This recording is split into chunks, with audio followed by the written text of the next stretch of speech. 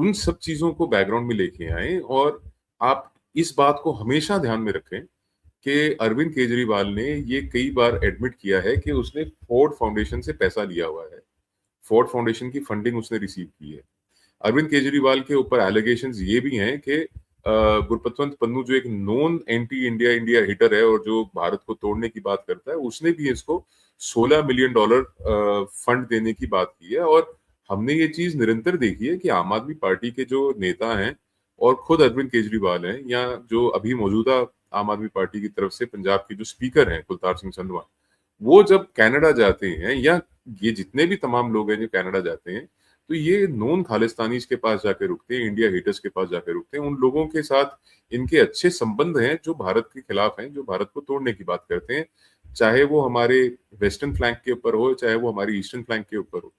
तो अब ये सब चीजों को जब आप मद्देनजर ले लेते हैं, आप देख लेते हैं, तो आपके पास कुछ चीजें आपके जहन में आती हैं। जैसे आपके पास जहन में आती है रिजीम चेंज गैंग, आपके पास जहन में आते हैं जॉर्ज सोरोस जैसे लोग, आपके पास जहन में आते हैं वो लोग जो फंडिंग करते हैं। अब ये जो आपका प्रश्न था कि ये इनके हाथ से गेम निकल रही है या इनके हाथ में है, वो माइनर बात है। मेजर बात, जो बड़ी बात है, वो ये है कि जो भारत के खिलाफ काम करने वाली एंटिटीज हैं, विश्व भर में हैं, चाहे उनके हेडक्वार्टर्स यूएस में हो, चाहे उनके हेडक्वार्टर्स नीदरलैंड में हो, चाहे उनके हेडक्वार्टर्स ऑस्ट्रेलिया में हो, चाहे जहां से मर्जी ऑपरेट करें, चाहे वो पाकिस्तानी हो, चाहे वो चीनी क्यों ना हो, they want a disturbed India, they want a balkanized India. क्योंकि देखिए, भारत की स्ट्रेंथ्स बहुत ज्यादा हैं।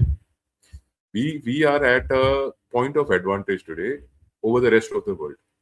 चाहे वो एजुकेशन के हिसाब से लगा लीजिए आप, चाहे वो हमारी पॉपुलेशन की जो एवरेज एज है उसके हिसाब से लगा लीजिए आप, जो हमारे पास वर्क फोर्स है उसके हिसाब से लगा लीजिए आज, या जो भारत की मिलिट्री स्ट्रेंथ है, जिसको अभी थोड़े दिन पहले ही, पिछले साल, अभी 1 साल हुआ है इस बात को, उसको आजमाया है दुनिया ने कि ऑप सिंदूर में भारत ने किस तरीके से प्रिसीजन स्ट्राइकिंग करके और पाकिस्तान को उसके गोडों पे लाके खड़ा कर दिया था with in a matter of 2 और 3 डेज।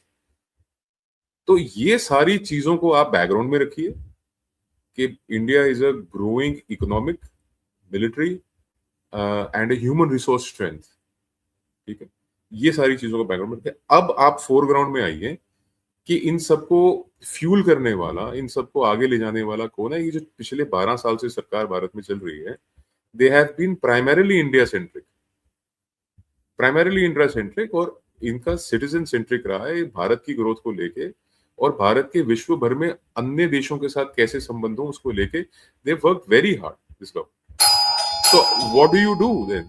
आप कैसे इनको डिस्क्रेडिट कर सकते हैं? आप डिस्क्रेडिट ऐसे करेंगे कि आप एक इंटरनल मूवमेंट 0.5,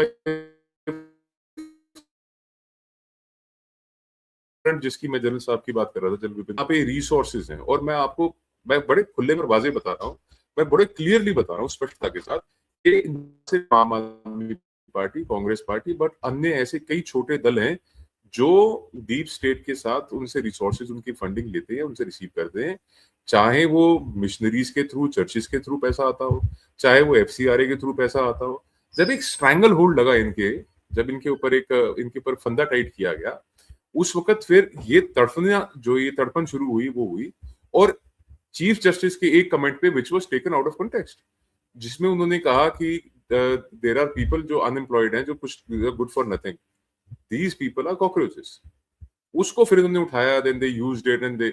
आप ये देखिए कि कितनी बारीकी से भारत के अंदर होने वाली हर एक चीज को ये लोग मॉनिटर कर रहे हैं, और किस चीज का एडवांटेज लेके किस चीज के ऊपर ये एक्ट कर सकते हैं और एक मूवमेंट खड़ा कर सकते हैं। This is what they have been trying to do, this is their achievement. मैं फिर भी